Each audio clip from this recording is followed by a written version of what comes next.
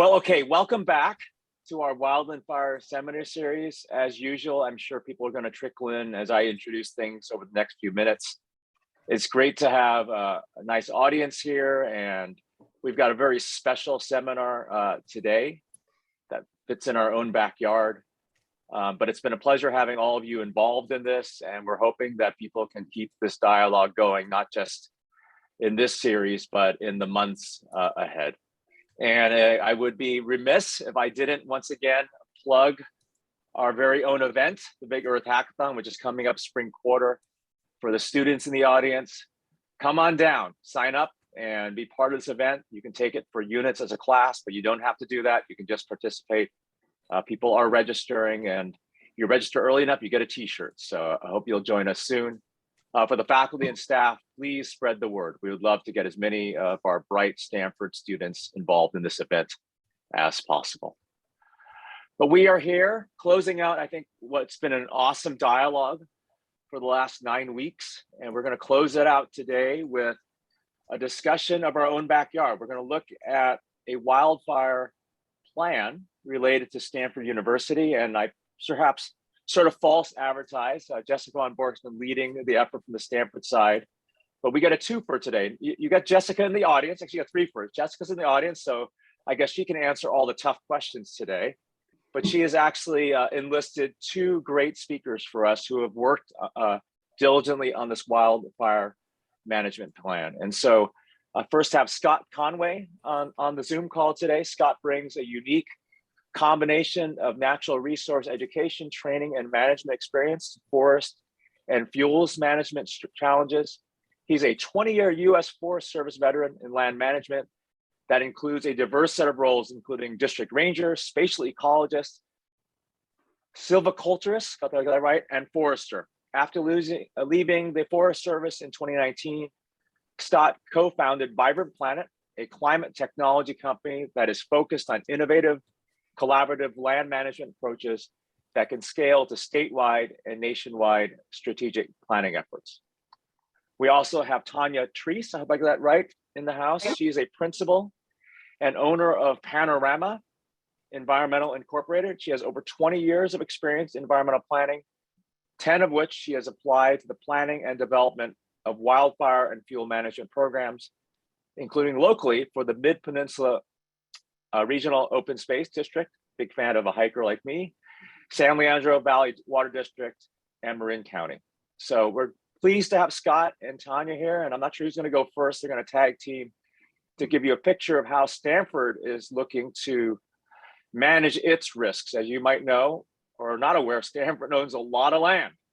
And to me, it looks pretty dry up there. And so it'd be great to hear their thoughts today and hear how Stanford is trying to manage our university and its lands. So take it away, guys. Great, thanks. I'm gonna share my screen here. All right, we got Tania to start. Yeah. Looks great. 1 second. There we go. Sorry, a little delay there. Thanks, Derek. I'm Tania Treis, as Derek said, and I won't give another intro because that was a great little intro to my background in history. But I just want to state that I am really excited to be here and to describe what we've been working on. And a lot of that is also in the context of what we've been working on regionally, at least how we start out in this presentation and how we got to Stanford and being able to assist Stanford with this work. And then Scott will, I'll start the presentation, and then Scott will jump in to describe some more of the technical detail of how we developed this plan, including modeling and the outcome of that and what that means. I'll jump back in with a little bit of more information on what exactly goes on, and I even have some photos for everyone to see what this looks like. Some is at Stanford land, some is up north, but there's some really great visualizations. And then Scott will jump back in later with a little bit about a program called Land Tender that Vibrant Planet has developed that automates a lot of what we do and is really forward thinking and being applied to Stanford's lands. So the purpose and need for the wildfire planning, I'm sure everyone is pretty aware of what's been going on. A lot of extreme wildfire across the state since 2017, but particularly in the Bay Area. As Derek had mentioned, Stanford has a pretty sizable landholding of around 8,100 acres. And so that, represents a considerable amount of risk for the communities, as well as all the important infrastructure and important facilities at Stanford. Stanford has recognized that and has been doing work in terms of wildfire management for a long time. In 2019, a plan was developed, and that included, continuing inspections and mowing, fuel break, defensible space work. But, there was a recognition that a larger, more focused effort may be needed in order to enhance the work that was already being done and that had already been planned for in 2019. And so part of that process, Panorama was hired by Stanford with Spatial Informatics Group and Vibrant Planet in order to develop a more detailed process and plan based on scientific modeling and risk assessment. So it really kicked off a much bigger effort. So just to back up a tiny bit, and I'm sure a lot of folks are probably aware of this information, but it sort of helps set the stage. How did we get here? As everyone knows, and we confirm through all of our work across the state, it really is, a confluence now of, over 110 years of fire suppression and climate change that are really coming together to create this situation where we're seeing these increased fires. So, we have some data in terms of, and everyone's probably seen this, in terms of fire seasons getting longer, hot days are increasing, climate is increasing, and, for 110 years, fires were never suppressed on the landscape. In fact, the U.S. Forest Service had a rule that all wildfires had to be out by 10 o'clock the next morning.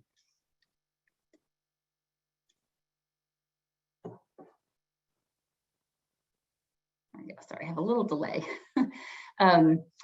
So a little bit on the fire history in California. We look at what are the causes of fire in California, and lightning strikes traditionally are a pretty big cause of fire, but it's really focused on the eastern side of the state. And this is probably all throughout time that you've seen wildfires in California generated by lightning. We know that that's pretty rare though in the Bay Area.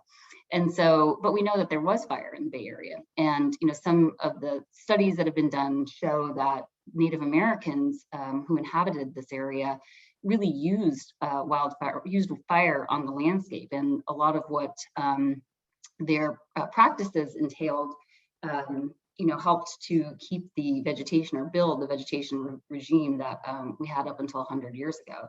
And so, just some information, impacts of Native American burning were highest near the population centers in coastal California, and approximately 1.8 million hectares or 4.4 million acres burned annually in California pre-1800. So that was, again, a combination of Native American and maybe some natural fire that occurred due to lightning strikes in the eastern part of the state. And this source said too that skies were likely smoky for much of the summer and fall prehistorically. So the smoke that we see and now, that probably wasn't that uncommon a long time ago. This other slide, or this other table down here, just shows what the typical fire return intervals are for different habitat or for different vegetation types. So as you can see, a lot of these vegetation types traditionally had fire return intervals, meaning these types of habitats would burn between 2 and 30 years. So obviously we're way, way off course now.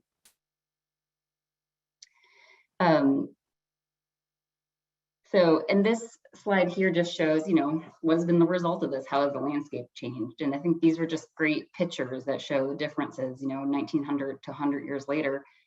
This is in the East Bay, and here it's only, about 30 years difference, but you can see the vegetation, change, how dramatic the vegetation change still is. On the right here, this is the Sierras, but, again, very dramatic when you look at 100-year difference. This is the same location. How much has grown in due to the lack of control. And so now looking more closely at the Bay Area region, we know that there's been quite a lot of fire activity, and a lot of it's been recently. So Stanford itself has had fires on the lands for the past decade, and there have been more than half a dozen fires on Stanford lands within that time. So, you know, even at Stanford, they're not immune. A lot of those fires are not large, but the risk is there. In August of 2000, there was a dry lightning storm, and that lightning actually struck the top of Hoover Tower. And that same lightning storm, the CZU complex in the South Bay region, had over 15,000 lightning strikes, which resulted in 600 fires that burned 2 million acres.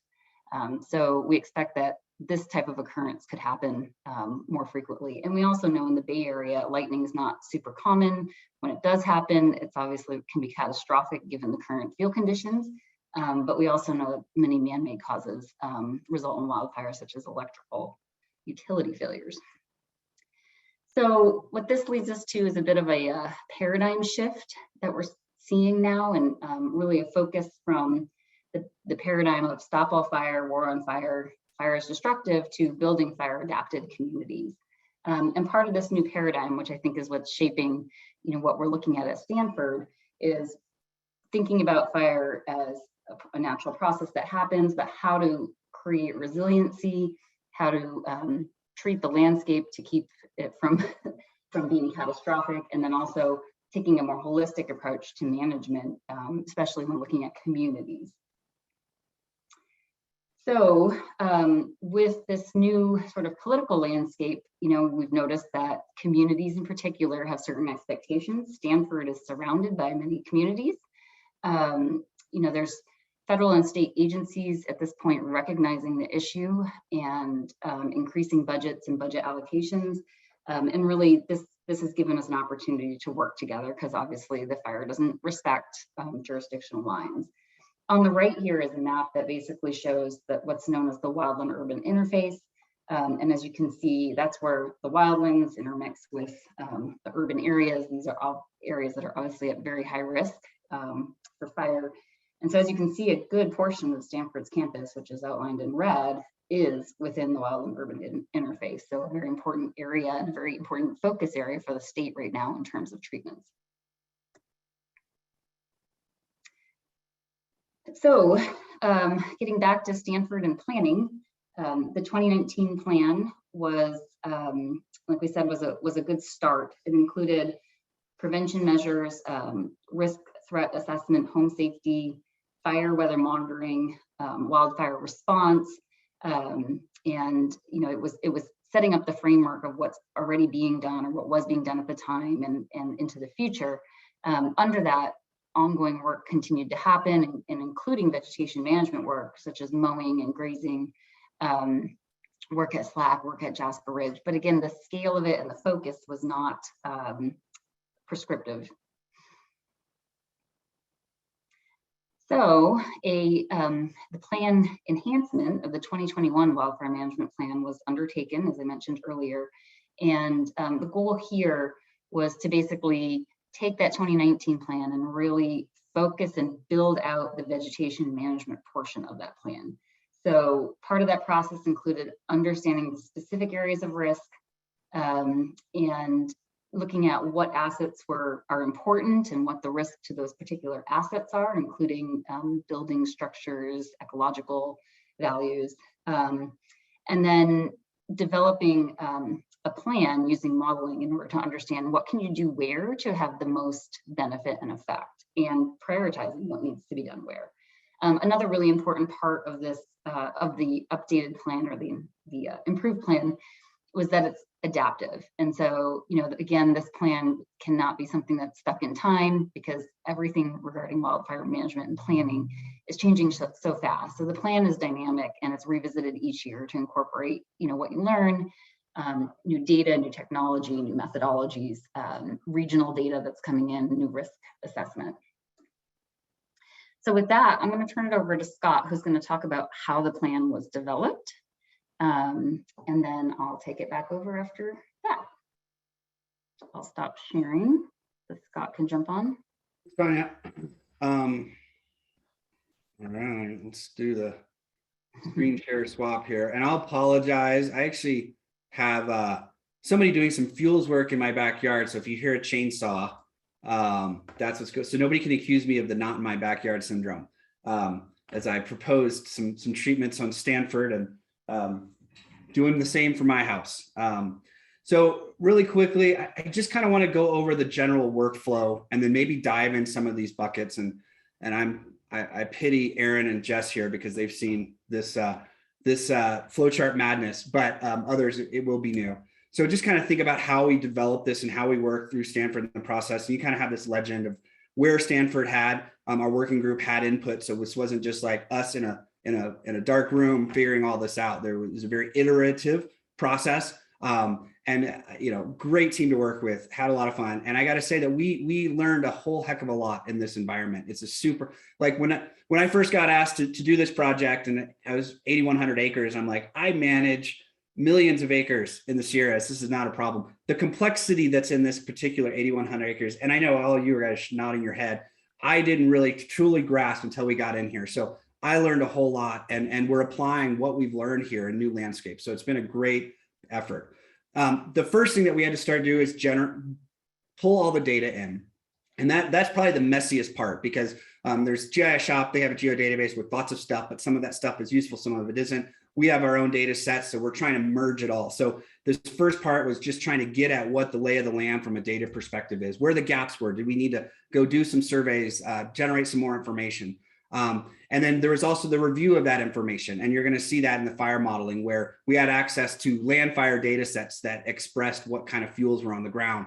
Don't trust those, especially not if we're site specific as 8,100 acres. So the ability to go out and truth that, augment it, was a key part of the process. That base data provided several things. One is it allows us to establish our HVRAs, and high valued resources and assets. And what that is basically we're trying to identify the places on the landscape that have value, not just every park bench, but things that have some significant value that can affect or be affected by wildfire in this case. Then we also use that base data to, like I said before, develop the fire model inputs, make sure they were current, make sure they were accurate. And then kind of midstream, what was interesting is there was an entity that had flown LiDAR across San Mateo County, and they actually produced one of their derivatives as a more high fidelity fuel input map. But it was only for San Mateo County. I think since then they produced it for Santa Clara. So kind of midstream, we were able to incorporate some of that information as well, although definitely didn't replace our field verification. I mean, nothing beats empirical boots on the ground. Those stochastic fire simulations generated fire intensity and fire probability, which helped us understand, of course, where the potential high severity fire would occur. And then up on the HVRE side, what we also did is we went through the socio-ecological evaluation process. And in this case, it was a series, kind of a Delphi technique of surveys where we were trying to understand the relative value, because we had things like built infrastructure, we had campus buildings, slack lines, like things that were really important and valuable. But then we had these ecosystem services where there wasn't a real true non-monetary value. In order to understand trade-offs and make decisions, we had to normalize those things. So we went through this process, put them all on the same playing field. So we're talking apples to apples in terms of the effects of things. And then what we did is we went through a set of response functions. So we identified each of those HVRAs, and then we just definitively, through literature, if there was available, but also through professional understanding of how those HVRAs responded to different levels of fire intensity. To put it simply, a home or a building, for example, always responds negatively to any kind of fire intensity. Although, a 20-foot flame length crown fire is, most likely you're going to get complete loss of a building. Something less than that, you may have less. But however, there's ecotypes that actually benefit from certain types of fire. Oak woodlands, they actually respond positively to low intensity fire, whereas they respond negatively to higher intensity fire. And then you have chaparral on the other end, which is almost reverse, where it actually has not a positive or negative response to low intensity fire, but high intensity fire is how that system ultimately regenerates, as long as that high intensity fire isn't too much. So all of those were aligned with each HVRA across the board. And then we exposed that value to those disturbances to understand risk. And that was all done in what we call the restoration abacus. So the HVRA, also because we had all these values mapped in the landscape, we're able to identify the treatment, maintenance, and objectives for each one of those things. And then all of this went into basically a big map. And then that map helped us identify through understanding what actually would be the restorative return on investment, what would be the return of doing these treatment, maintenance, and objectives on those different HVRAs to understand what kind of loss you could avoid. And so that really drove kind of this treatment area prioritization plan. However, Aaron came back to me, and Jasper Ridge as well, was like, hey, I get the stochastic modeling and the probabilities, that makes tons of sense, but I have a couple fires that keep me up at night. And I really would like to understand how those particular fires will deal with this plan, how that plan will deal with these very deterministic fires. So we went through a process of actually doing individual ignitions to kind of quote unquote test the plan to see how it set. And I'm going to show those in a second. We created visualizations, which I think were very powerful for Stanford to do. And then that helped do a feedback loop. And it was good for us too. I mean, we're driving it based off of fire. It should hold up to the fire scenarios that Aaron did. And if it didn't, we needed to adjust the plan. All of that then fed into kind of the Tania side of the coin, where we developed those treatment prescriptions and worked with Stanford for funding, still doing that, identifying resource mitigations for each of those plans. And ultimately that built the wildfire plan. But I want to say one thing, and this is really critical, is this treatment area prioritization stage. It really, think of it as really a decision support piece of information. And we were very clear with our working group that this isn't the decision. This is a piece of information, although a very unbiased, quantitative piece of information to help support the decisions that you have. And it was a really interesting process to move our group through, hey, this is how we've done business. This is what is the modeling is saying we should do. And then what is the realities that we have to operate with? And so that was a really cool process to move through. So with that said, I just wanted to highlight a little bit on the fire modeling, because I'm guessing there might be some questions there considering the title. But basically, we really focused on 4 inputs: topography, vegetation, and fuels, which is the hardest inputs, particularly with surface fuels, because if you aren't on the ground, you're relying on optical imagery to try to determine what the surface fuels are doing underneath the canopy. And honestly, surface fuels are one of the bigger drivers of fire. Also ignitions. So we approach this from an unbiased ignition standpoint, meaning we basically lit fires across Stanford until 98% of the landscape was burned. I think it equated to somewhere in the realm of like 28,000 fires before most of the land in Stanford on lands was burned. And then we used weather. And we did 2 different weather scenarios here. We did our 97th percentile weather, which actually is from the southwest, so your predominant southwest winds. But because there was a lot of concerns from a Diablo wind event, which is more like 99th percentile weather, we also modeled things from that perspective as well. So we ensure we're incorporating kind of the worst case scenario as well as the most likely case scenario. And then what that came out is 2 pieces of information that were critical was fire intensity. So basically what we use is conditional flame length. So the average flame length across those 27,000 fires to generate that fire intensity. And that's what we use to expose those HVRAs to based on how they respond to different types of fire.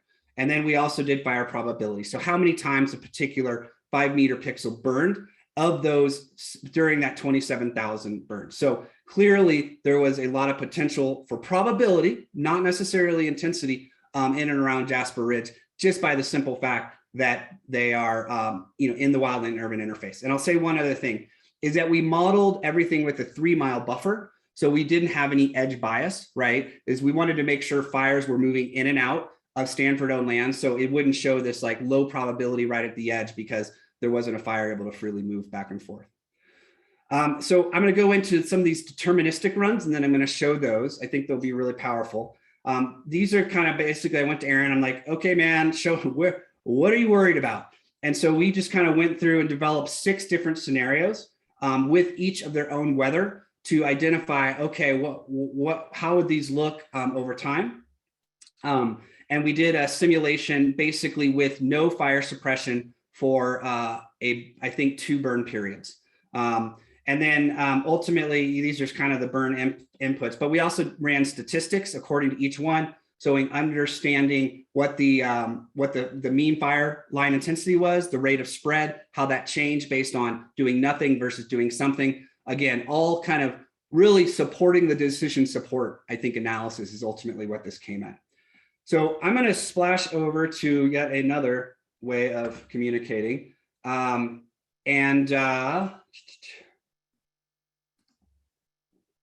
on. And then ultimately, this is the plan that we developed. And I'm going to talk a little bit later about the challenges with producing a static plan, and then the solutions that we feel land tender provides, right? Because this is our perfect understanding of the world right now.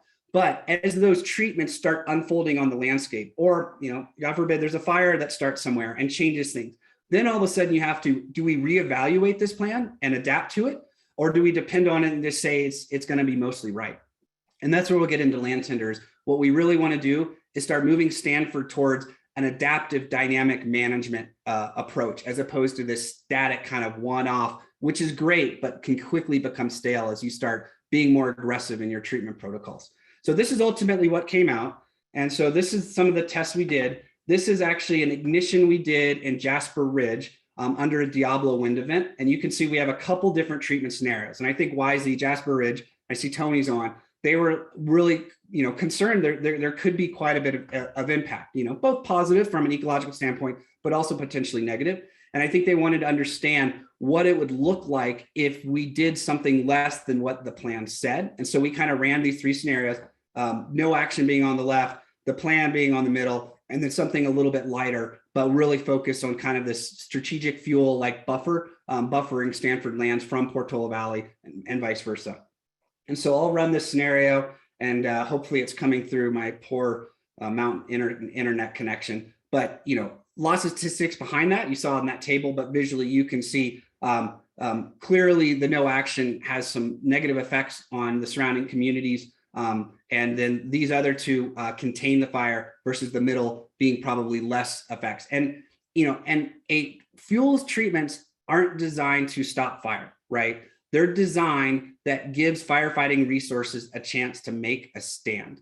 And in many cases, we design these fuel treatments to have that occur in a certain set of fire conditions. Just think like Richter scale. We don't design houses and buildings for Richter scales 9. We design houses to withstand Richter scale 6s and 7s. And that's a similar thing here. We are trying to design something based on the highest probabilistic fire that could happen, not every fire. With that said, even the worst fires are going to have some alleviated effects from reducing, you know, physically reducing material out of that fire equation. And then let's go to, here is one where we reduced that kind of buffer in between Stanford-owned lands and private lands, and just to see how that reacted. And not surprising, and this is mostly due to the fact that you have embers, you know, embers thrown pretty close from the fire front, and 100 feet isn't that much. And so they pretty much went right over that piece. Again, not saying that there wasn't some effect, but what is the right mix? And, you know, and you saw that 500-foot buffer.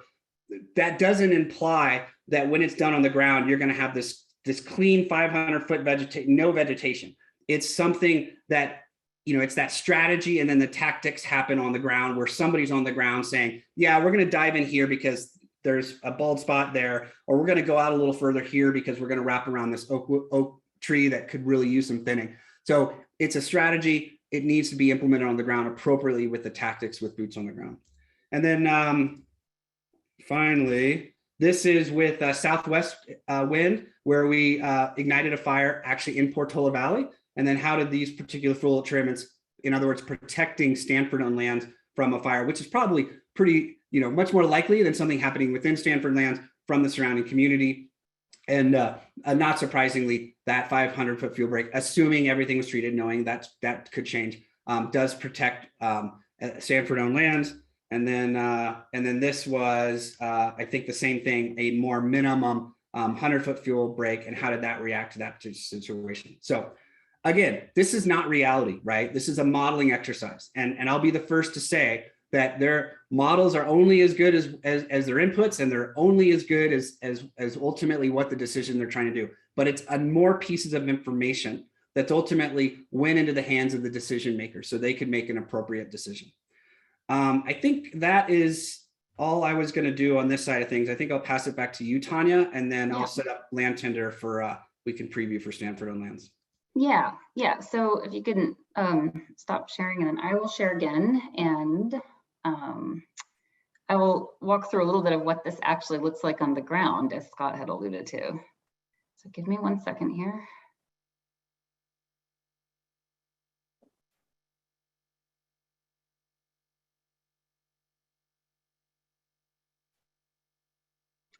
So, so what exactly does this mean? I mean, the modeling, gave us some outputs, as Scott had said, and part of that was prescribing what exactly do you need to do where. And so the plan goes through and identifies, what actually will happen. So what types of field treatments, and there's a couple of different types of field treatments that are done.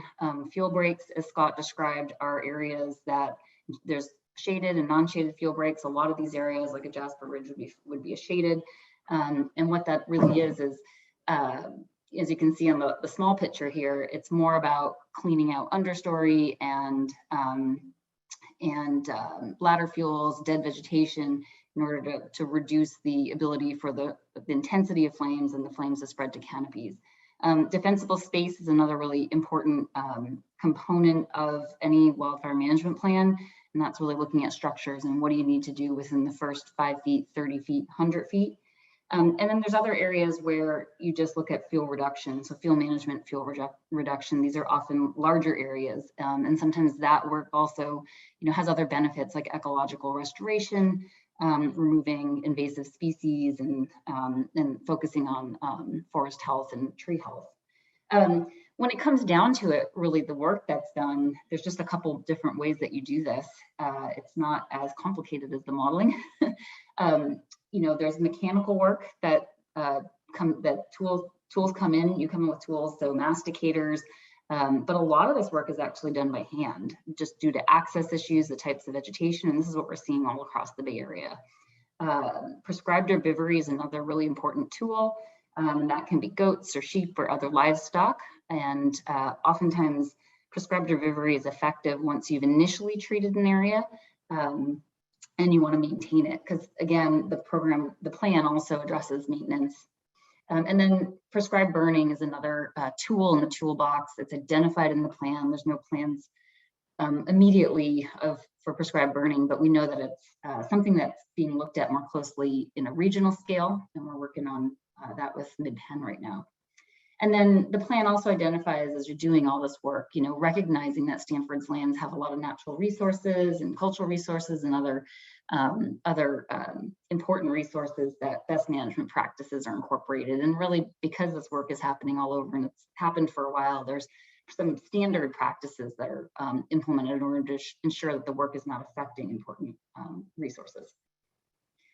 So just a quick look here of what this actually looks like. And I'm gonna quickly pull up a kind of a cool picture or website that has these two figures here. But, just to think about what does this actually look like? This one below, these are pictures from up north in Marin County.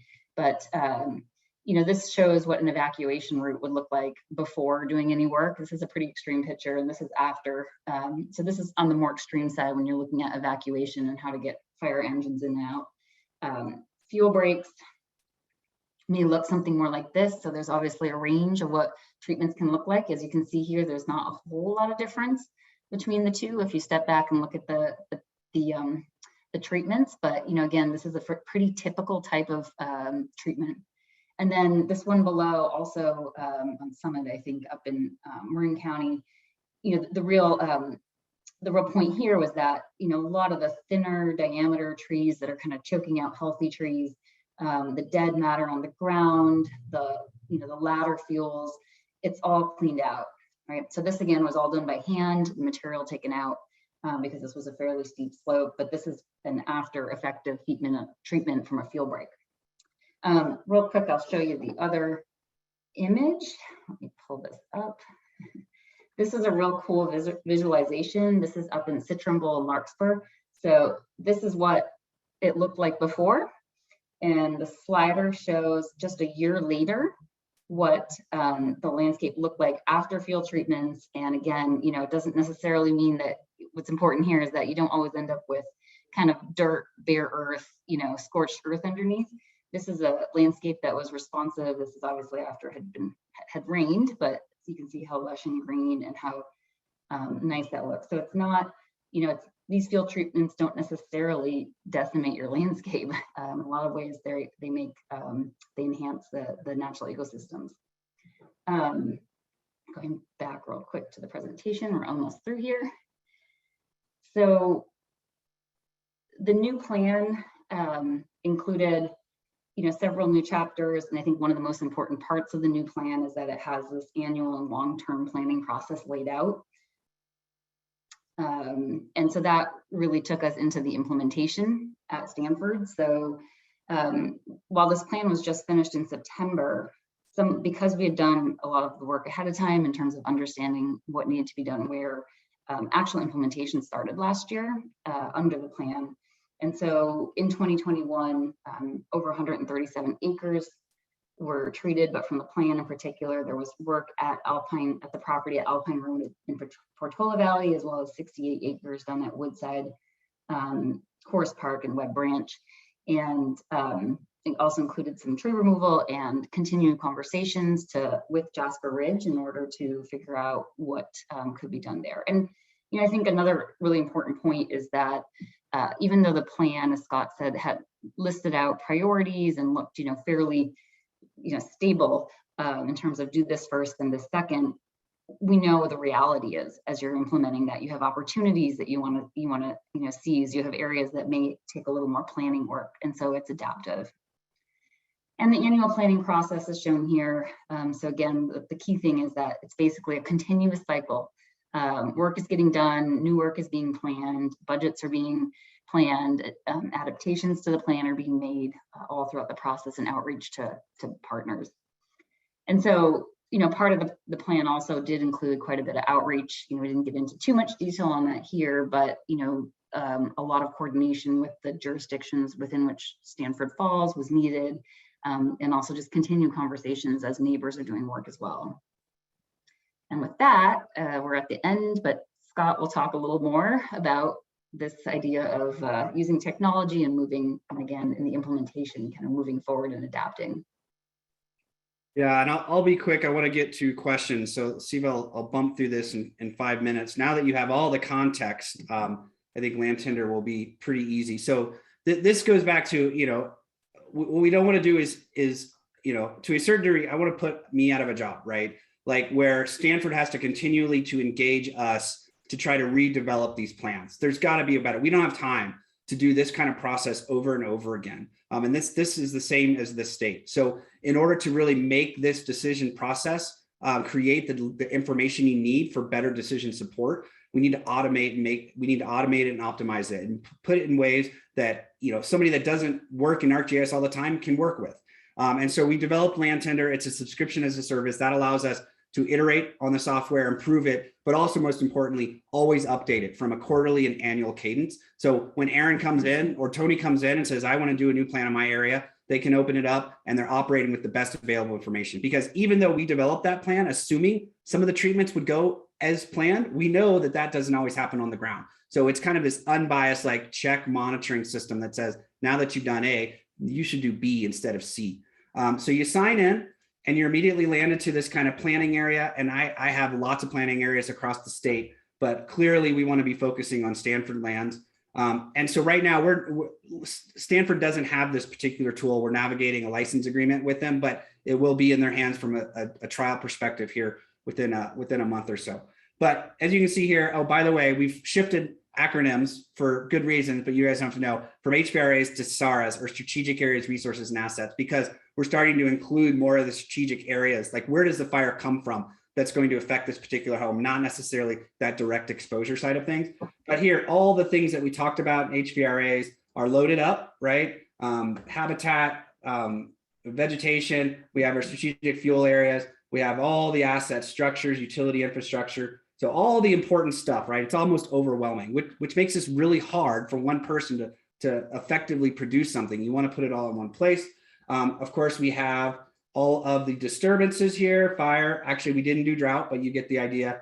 And then basically we boiled all this information up into what we call 10 resilience pillars. We don't have to get into this, but just know that we're positioning this to go across the state. And so each corner of the state, somebody may have, really care about northern spotted owl, and there's no northern spotted owl in the southern part of the Sierras. So, you want to make sure that all that value is boiled up into something that we can all agree on, biodiversity conservation.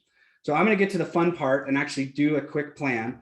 But before, let's do a planning area, and we're just going to include all of Stanford-owned lands. You could do something smaller if you wanted to, but we have this kind of cool part that we understand that even within your plan, you may have different management objectives for different areas. So for example, Jasper Ridge has their own management plan. So you may want to weigh your objectives much differently here than you do the rest of Stanford-owned land.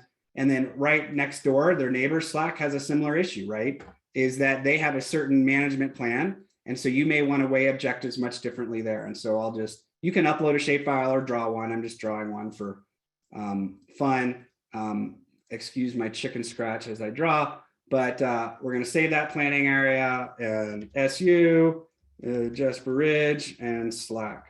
And so from here, we can actually start building a plan. Remember, this took, a year, Jess and Aaron. And so here we're about to build a plan in under a minute.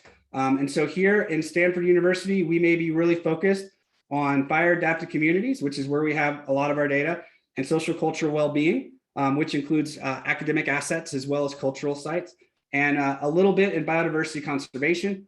Slack would be the same, but Jasper Ridge may be much more focused on biodiversity conservation and less on fire adapted community, and a little bit in cultural well-being.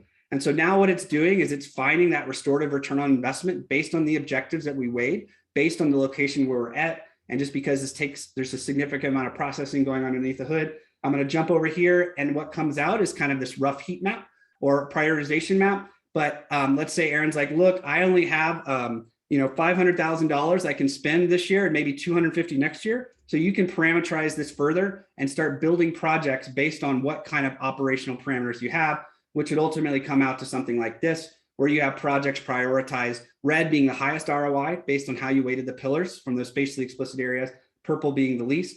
And within that particular area, you have a whole host of information: acres, cost, what is the treatment types, where is that work existing, but we can also quantify the benefits and the co-benefits.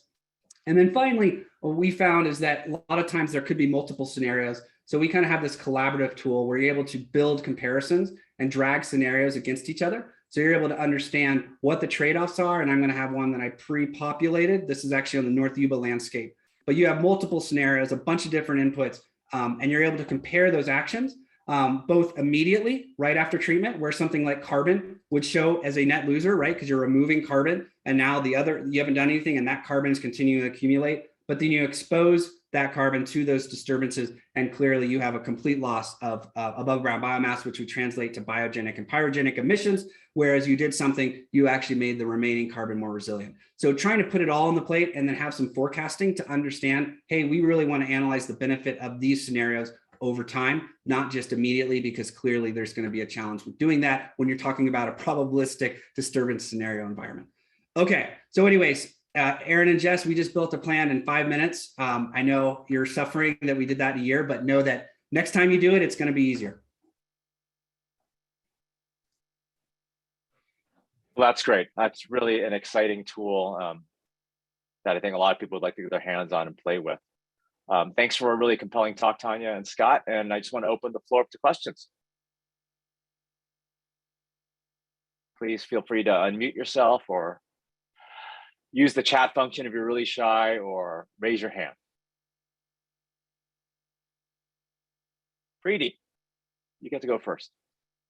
Well, thank you so much for the presentation. Will that tool, Landtender, is that available on the academic side as well, or is it primarily for the operational folks in LBRE? Well, I'll leave that to Stanford. I mean, right now I kind of introduced it to the team. And so because we had all the data set up, we're producing kind of this trial license to see if it's useful for Stanford before they kind of buy it. I'm assuming it would be, the way we operate is we provide a certain number of licenses. And so it would be up to whoever owns that license agreement to distribute those as appropriate. But I would think that it would be available. I'll let Aaron and Jess speak to that. Right. Felicity, did you have a question? I saw you unmuted. Yes. It's a fairly minor question. I'm really impressed with the planning you've done and the way you've laid it out, but it's a Jasper Ridge question. I used to live in Portola Valley, and there was, among people who cared, there was always some talk about should there be a prescribed fire in Jasper Ridge. Has any of your planning looked at prescribed fires for various areas? And I would imagine that the people who conserve the biological resources for Jasper Ridge would not be best pleased, but how do you weigh doing a prescribed fire there? Great question. Yeah, it's a good question. I'll say that we talked extensively. I mean, there's no doubt that fire in parts of Jasper Ridge or parts of Stanford would make a lot of sense, both from avoided loss and an ecological benefit side of things. I think we were all in agreement to that. The challenge is the implementation, right? Everybody's for prescribed fire until the smoke drifts on their barbecue on a Friday night. So it's that operational challenge and all the outcry that can occur from, I would say, a very concerned citizenry in and around Portola Valley that I think had us put it in the plan, but be very cautious about how and when that would be deployed. And that's definitely Aaron's bailiwick at this point, Aaron and Tony's. Yeah, and If I can just weigh in from the Jasper Ridge point of view, if that's okay.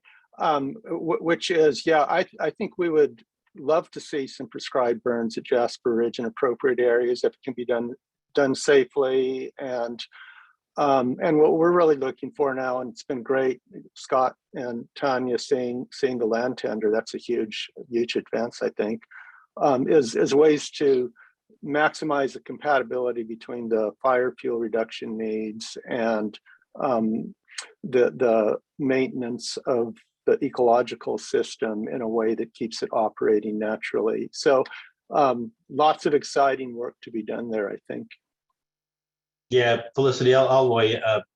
I'm the University Fire Marshal. I've been working on with everybody here for the last 2 years almost. But yeah, we've talked a lot about that. I've talked to Cal Fire about this specifically for Jasper Ridge, and also Woodside Fire, who knows Jasper Ridge very, very well.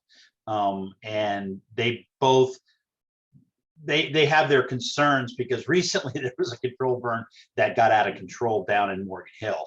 So in that area down there. So Mid-Penn is doing a lot of analysis, a lot of planning right now, and they're working with Tanya on this. And so we're going to learn a lot from that process, I think.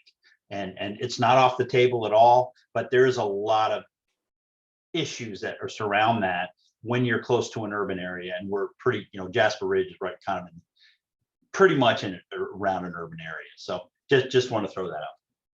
Yeah, and I think this also, this whole topic kind of emphasizes the portions of the plan that are related to the regional approach, the working with partners, the collaboration, because as Aaron said, other entities are starting to look at it. There's going to be a lot of regional training. There's going to be opportunities for different entities to participate in practice burns and training burns, early burns, in order to get, some experience so that the burning programs can grow into more complex areas. As Aaron said too, when you're near an urban area, you're never going to get huge prescribed fire, but the goal is to be able to get it into different types of landscapes and do it safely by really training this region. Yeah, I guess that really relates to the question I had, and I think you sort of answered it. I guess, was prescribed burns in the forefront of the plan originally, and then you realized that there were basically too many worms that came out, and then you had to sort of like set that aside because there was too much uncertainty, and that was sort of a difficult problem to address, and you could probably spend 5 years on that and then not make progress in the plan? Was it just, let's work with the things we know a lot about, and let's keep in mind prescribed burns are a way of managing things? Because if you think about, in fact, Scott, you probably have much more experience than I do, but if you think about the whole landscape, right, prescribed burns usually to me is on the top of the list as a management tool, and so far, right, it's being put on hold. I mean, I think being in the Bay Area, we knew from the start what the issues were, and particularly I've been working with Mid-Penn for 3 years. So, we worked on their plan and focused first on these types of activities of the vegetation management, the thinning, the fuel breaks. And so I think going into it, we knew it was a good tool, but we also knew what the atmosphere was in the Bay Area. So Scott can probably elaborate more, but it certainly wasn't like a eureka moment, like you're not gonna be able to do this. We've known that struggles kind of all along, but also just kept it there because it's so important as a tool when the time is right. Sounds good. Other questions?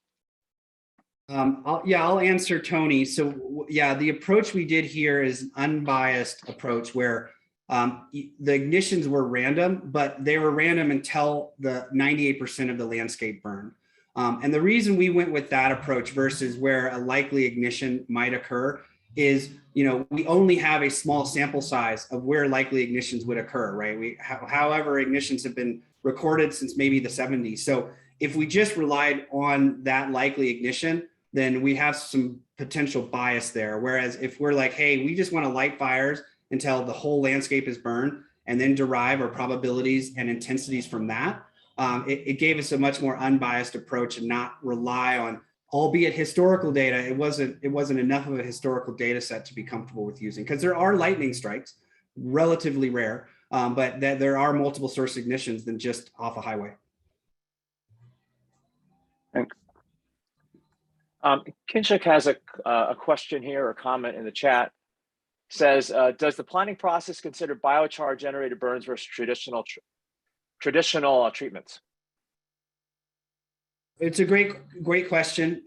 So yeah, we did not, and I don't know if when you say biochar, there's biochar machines that you can, curtain burners that can actually produce that. So depending on what you mean there, but generally speaking, we didn't focus on biochar specifically as a tool, partly because there was a removal component to get that piece off the land, but then also